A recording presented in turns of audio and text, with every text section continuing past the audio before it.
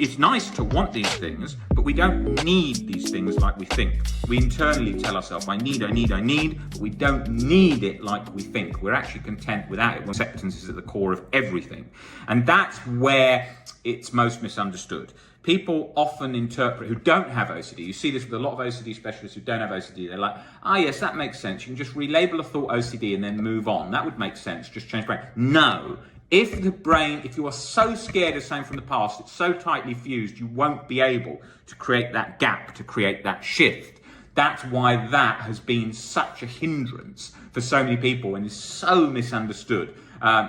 You see it all the time. People are like, yes, that makes sense. Thoughts are thoughts, which is a key part of the journey, but it just doesn't work in the majority of chronic OCD cases. If you ask those people, are they still chronically anxious? Are they still chronically guilty? They are. And that's what happens. The same as you can't just expose your way to recovery like people often think you can. There is limits to exposures where you've got strongly held irrational beliefs. Maybe you think, I'm a bad person if I did that. Well, no matter how many exposures you did, if you still have that strong belief that you're a bad person, wicked, terrible, and deserve to die, you're going to feel chronically anxious and chronically guilty. So that's really important to take into account as well. Because otherwise what happens is you can go to these places that are like very intensive exposure based.